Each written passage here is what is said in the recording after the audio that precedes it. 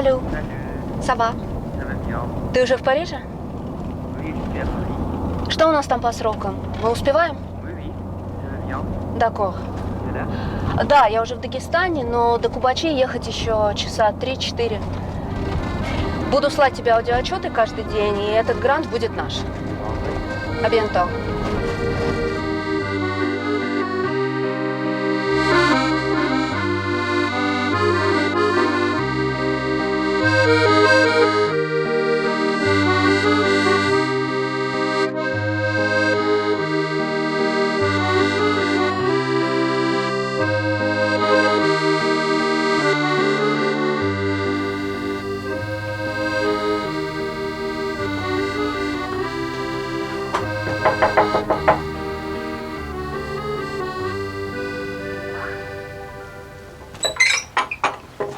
Здравствуйте. Здравствуйте, вы Кирилл?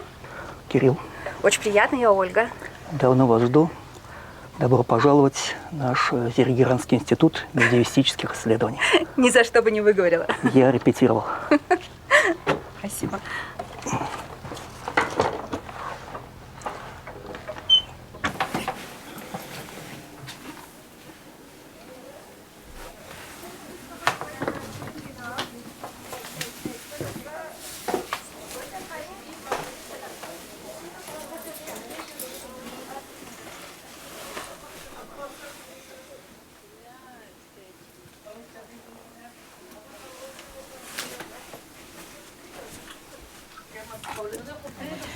Добрый вечер! Добрый вечер.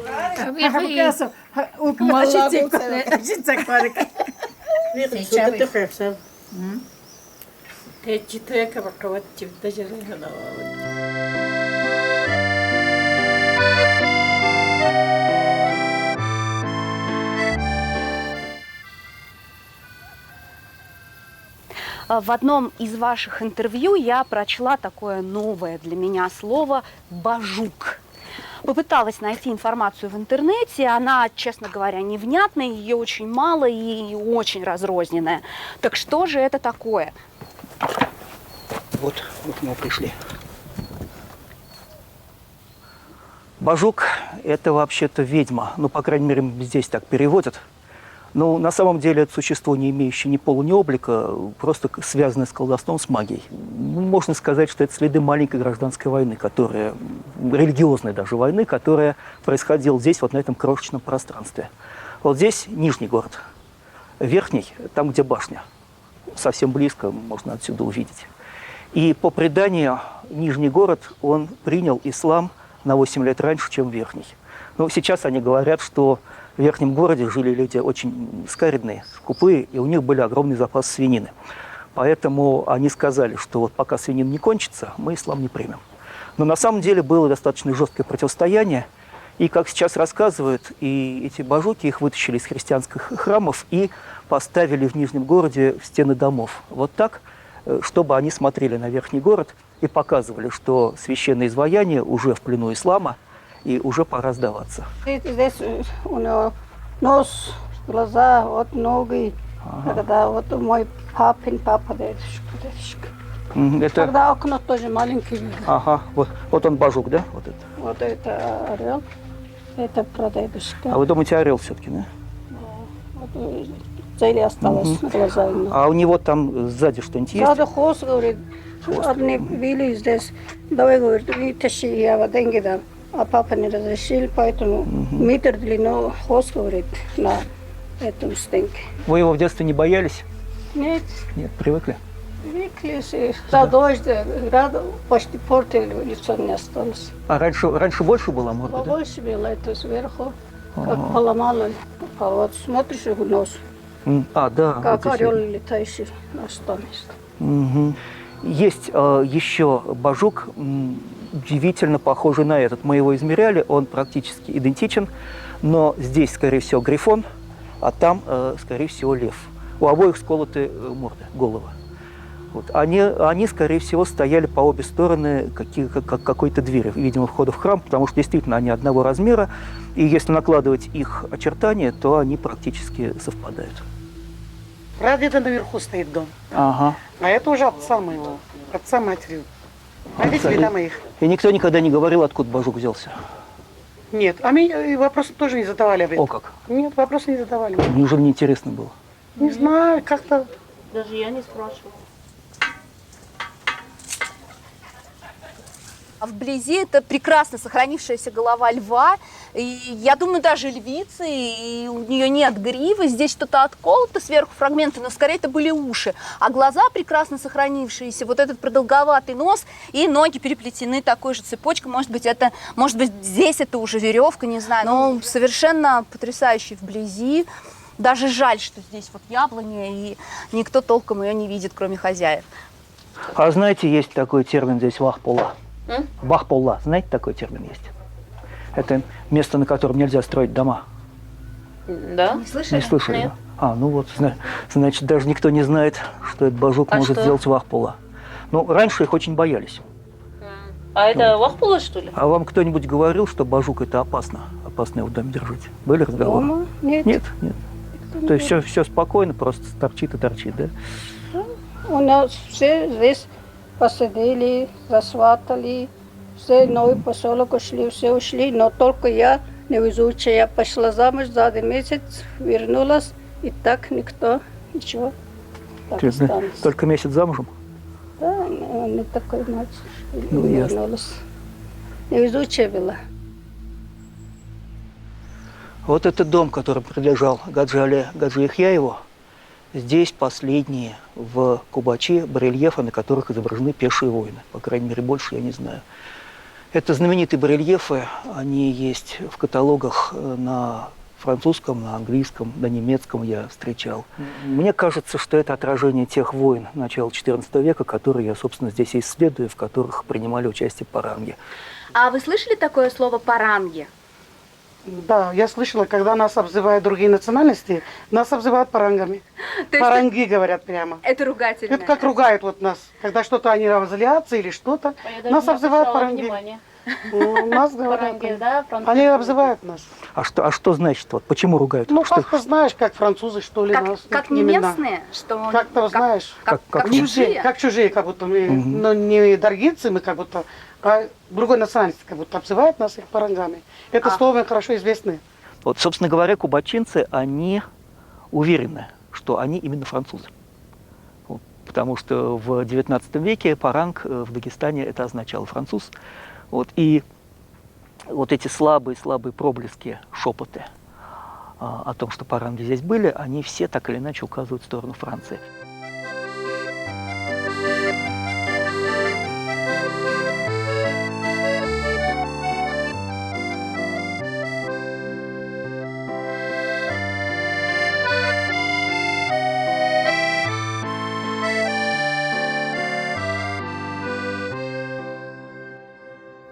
С этого места виден треугольник замков, которые я считаю замками парангов, то есть франков. Вот это вот Томала-Муда, самый сложный и наименее исследованный замок на самом краю пропасти.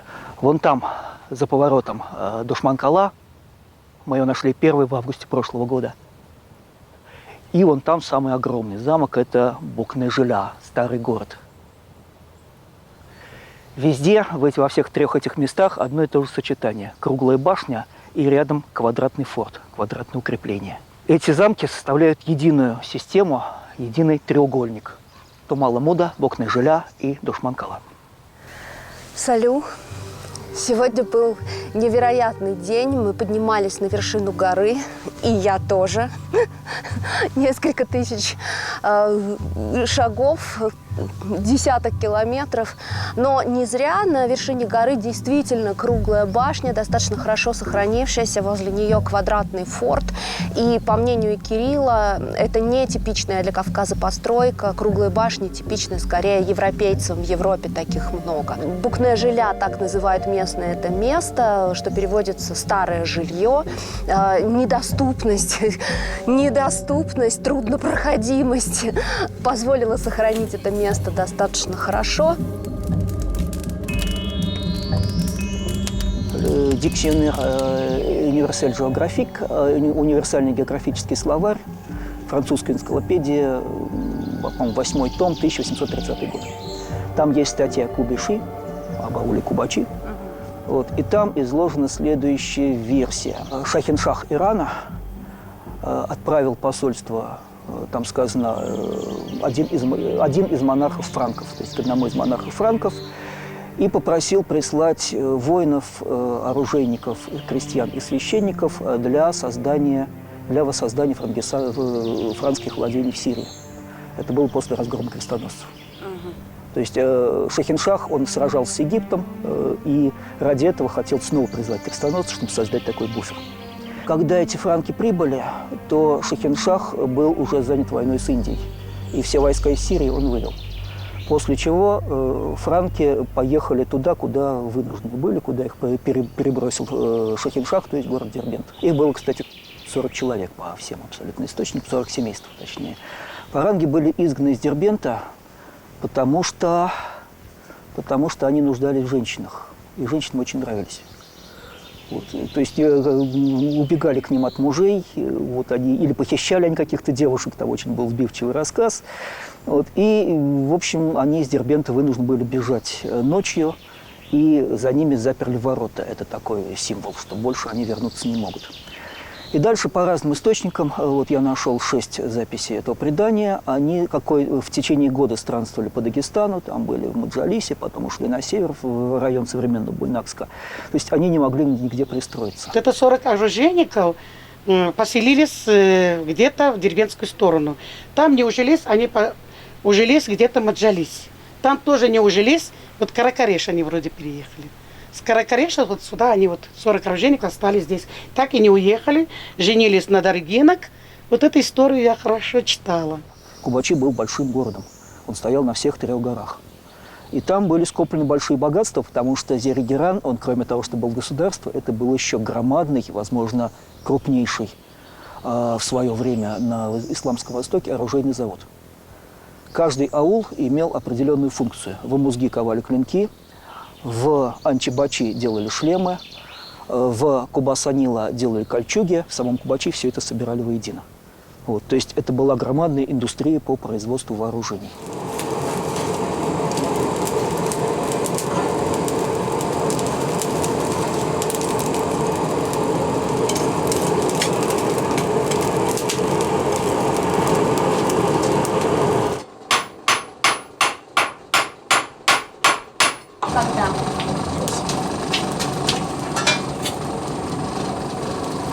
Давай.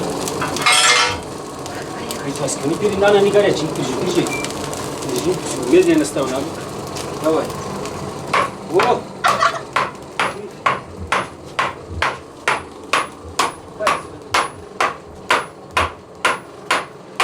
Я все испортила.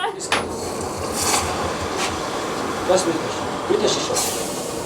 Чтобы хватит.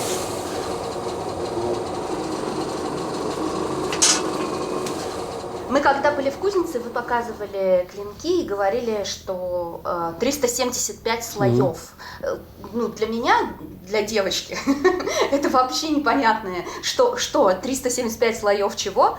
Разных металлов, состава металла, стали, марки стали. Вот здесь, допустим, возьмем, вот, который первый попавшийся, это Зульфикар из дамасской стали. Видишь, как звук вот, закалки. Вот сделан из разных составов металла. Там идет пружина, от пояса пружина. Там идет здесь подшипник, там идет Х60 металл. Здесь самый простой, мягкий, сырой металл добавляют, чтобы оно лучше склеивалось. Это все там смешивается и делается из него пакет. Вот пакет потом отковывается, вот так вытягивается.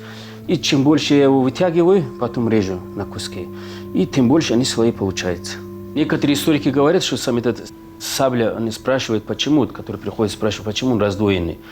Некоторые историки говорят, что он при размахе, при ударе, он должен был здесь вытаскивать кусок мяса. Или он после этого она уже как не заживала. Символизирует вот этот язык змеи, вот он даже нарисован, змея, вот она. Но у нас в основном, когда рождается в Дагестане мальчик, обязательно папа старается подарить, или там дедушка подарит сыну вот, кинжал, чтобы он его оставался и передавался, и передавался от поколения к поколению. А вот так называется дайтан. Это топор для рубки мяса. Его сделал Камиль. Вот его клеймо. Из чего сделали? Из буровой трубы. Из буровой трубы. Но именно Дайтаном был убит шейх Хасан ас-Садик, который похоронен в Шире.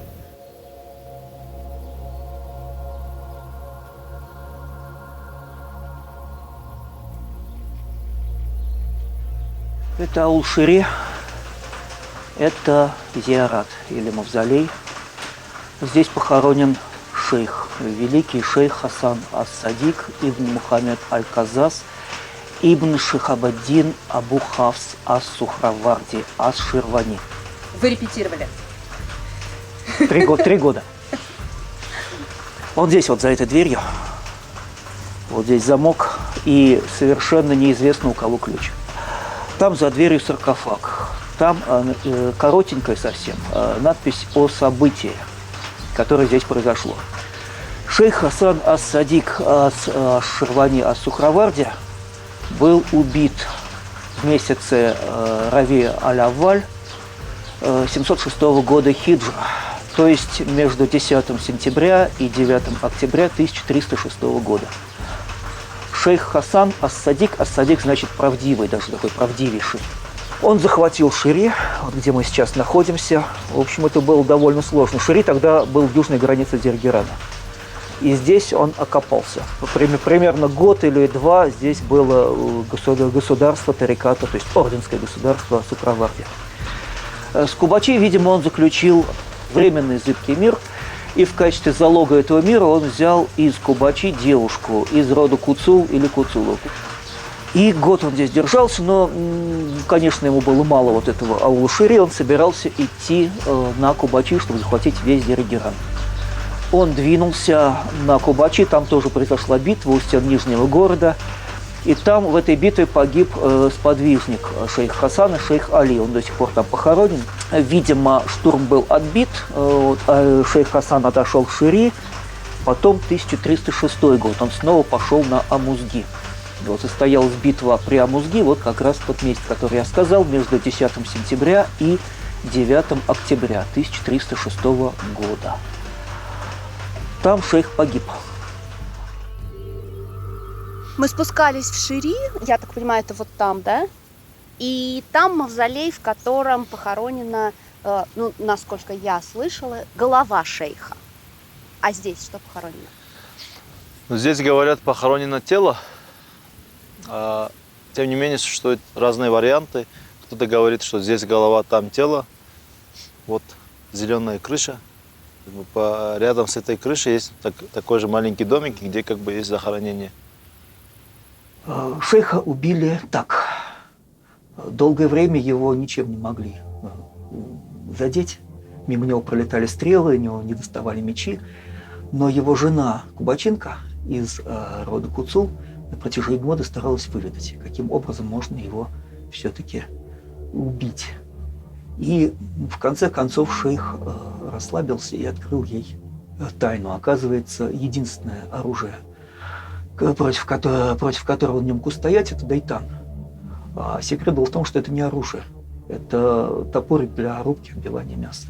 Когда брат жены из рода Куцуловых, брат жены шейха из рода Куцуловых узнал эту тайну, то он во время сражения подобрался к шейху сзади и отрубил ему голову. Голова покатилась вниз, а тело осталось у тех людей, кто убил этого человека. И по преданию, по рассказам стариков говорят, что вот это весь склон, все вот эти поля, они были отданы взамен возвращению этого тела и для того, чтобы его могли захоронить. Привет! Сегодня был непростой, но очень важный для нас день, для нашей версии. Мы побывали в 2 местах захоронения шейха. Убить его помогла, опять же, по преданию, насильно взятая в жены Кубаченко из рода Куцуловых. И, кстати, потом я встречалась с женщиной из этого рода. Она сейчас золотошвейка, и это такой традиционный для кубачинских женщин промысел. И это вот сейчас как раз узор Хатсан. Да, Хатсан. Я запомнила. Это Хатсан получается, это кархус. И сколько примерно занимает по времени, ну, скажем, вот этот божественный платок? Ну, если так сильно не напрягаться для себя, как бы для хобби вышивать, то можно, наверное, за полгода вышить. Подростки, незамужние девушки одевают платок с маленьким рисунком, с узором. То есть по размеру еще можно. Да. А взрослая замужняя женщина одевает вот такой вот с крупным узором. А в Кубачи свадебный наряд белый? Нет, вот это вот, Вот это, собственно. да. То есть это не просто даже Первый- там нарядное платье пойти в гости на свадьбу, это свадебное платье. Это свадебное, да. Невеста одевает 40 дней. 40 дней носит свадебное платье? Да. Ну вот, После а то у нас, свадьбы. знаете, купишь платье, один раз надела и все, и висит в шкафу. А тут 40 дней, красавица. Да. Давайте. Поставьте руки вот так, чтобы удобно было. Так. Меня научат. Наверное. Давайте. Обычно мы хвост собираем, чтобы Давайте держался за вот ухо этот. вот так уберем. Давайте.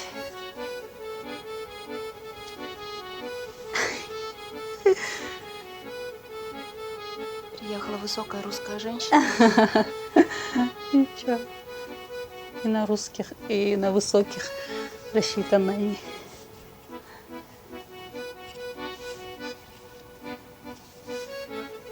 Так вот, все, можете подняться.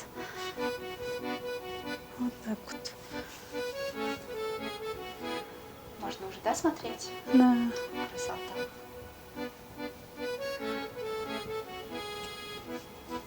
Чувствую себя дагестанской женщиной. Вам очень идет, кстати. Спасибо. Здесь это, Олечка, это такая знаменитая комната, почему-то называют ее комната-музей, это называется хутналакал. Хутналакал, то есть хата – это тарелка, комната с тарелками. Традиционно она вообще всегда была в каждом доме. Это мучалы знаменитые. Мучалы. И мне очень ужасно обидно, что кубачинки перестали ходить за водой. Так. Это, знаете, Ну, пустой вообще. Нет. Знаете, здесь в чем фишка? Вот она вот сюда, вот сюда должна Сюда упираться? сесть, и рука вот сюда, вот так. А зачем? И она- полная, всё. представляете, чтобы она Поняла, держалась, поняла, да. полная. Опустите кольцо, не бойтесь, пускайте. Вот она должна А, так все, рука держаться. держит. Все, поняла, да. Рука держит, все. Еще Да, такая и история. пошла. Да. Давайте я поставлю, Да, как положено. Так.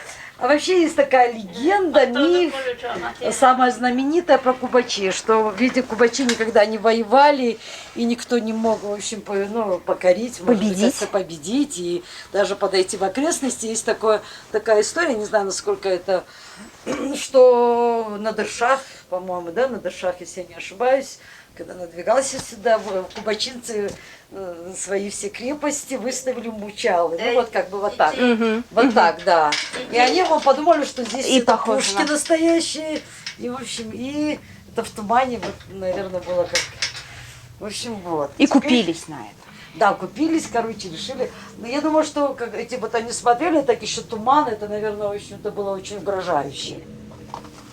Ты когда был вот это, вот сюда заглядывал, Кирилл? Да. Да, вот это один Так из ходов. страшно. Я сама это недавно увидела. Ну давайте посмотрим, что Я не страшно. знала, что это там есть. А что это? Вот, это ход, но вот куда, этого не знает никто, и, по-моему, ваш дед даже не знал, да, вы говорили? Возможно, вот это вот ход в лабиринты, которые тянутся под всем аулом. Было предание, что все сокровища Зерегерана, а они были огромные, хранили в глубинах подземелий. И ход к этим подземельям знал только Кади. Кади – это нечто вроде президента. Выборная должность, он исполнял обязанности одновременно судьи, главы правительства и командующего во время войны. И эту тайну каждый Кади передавал своему преемнику. И однажды, кажется, в начале 19 века Кади шел в мечеть, упал и умер. После этого преемственность прервалась, и никто не знает тайны этих лабиринтов, никто не может пройти к этим сокровищам.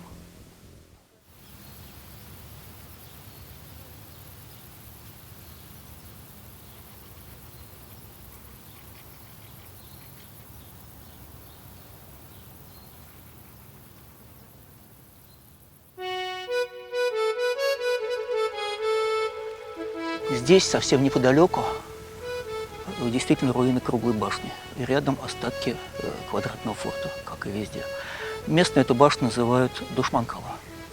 Душман – это известное слово, арабское, враг, противник. Но у него есть еще одно значение, кстати, очень современное – партизан, диверсант. У нас обычно говорят, нападали душманте.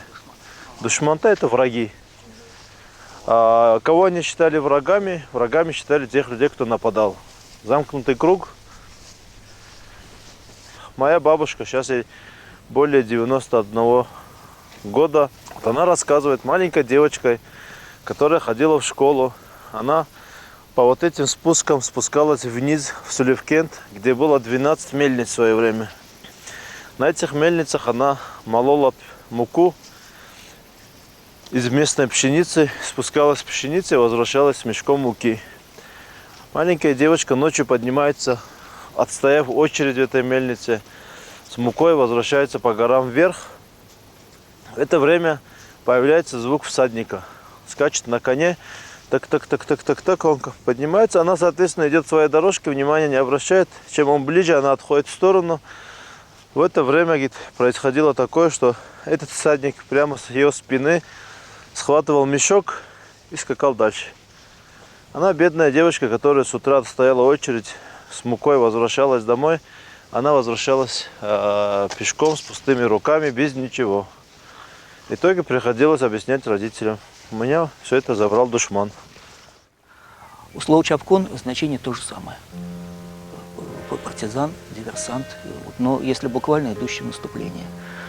Я предполагаю, что вот здесь, на этом месте, на этой горе, и была эта самая башня Чапкун-Кала. Мы ее нашли в августе прошлого года. Вот. Но от чапкунов очень много осталось. Вот название Чаплин-Майдан, вот, воспоминания о союзе, Галалак-Бульхон, то есть союз неженатых.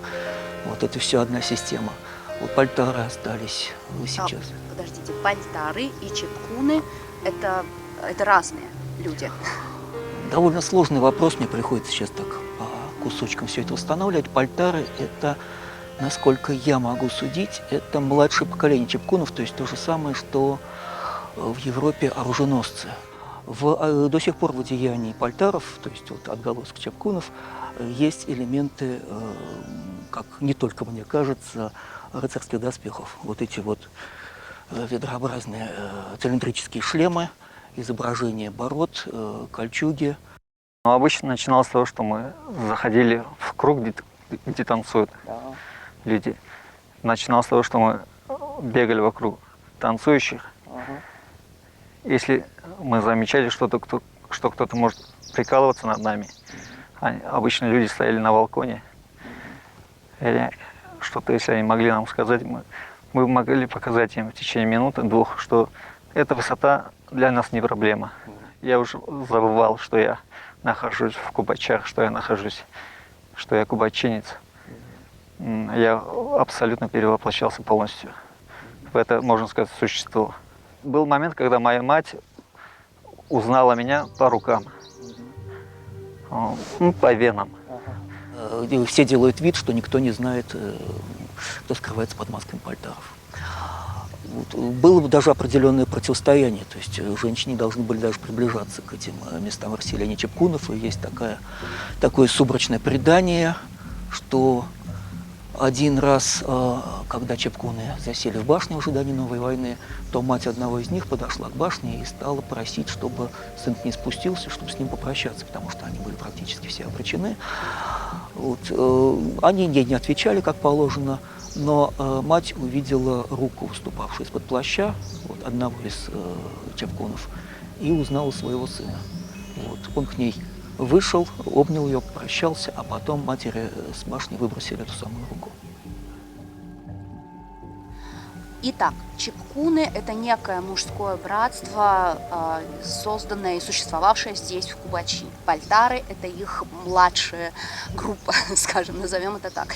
Теперь мне хотелось бы понять, какое это все имеет отношение к парангам, к франкам, к европейцам, которые по нашей версии, по нашей гипотезе, пришли сюда и были здесь, стояли в крепости, и от кого, собственно, кубачинцы, как они считают, ведут свой род? Чепконы возникли в то же самое время, когда здесь были паранги, то есть в первые годы 14 столетия. Вот есть смутные, но такие указывающие дорогу воспоминания, например, у полковника Гербера, вот, что некоторые кубачинцы подражали франкам во всем и старались быть во всем на них похожими. Вот я считаю, что чапконы – это воины, которых паранги готовили, тренировали, потому что парангов сюда призвали в качестве инструкторов, в качестве профессиональных воинов. И когда паранги исчезли, ушли в Кахетию, вот, то чапконы в подражании им создали вот это воинское братство. А потом, через столетие, через 2, через 3, возникла эта контаминация, и стали говорить, что кубачинцы – потомки парангов. На самом деле они потомки, они наследники.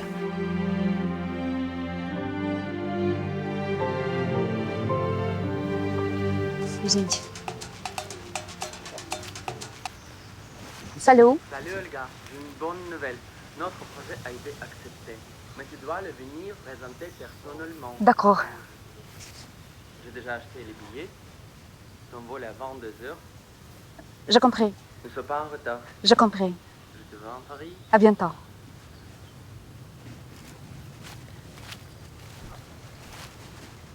Ольга, вот это сейчас был чапкун. В общем, он сейчас сообщил, что чапкуны собираются сегодня вечером.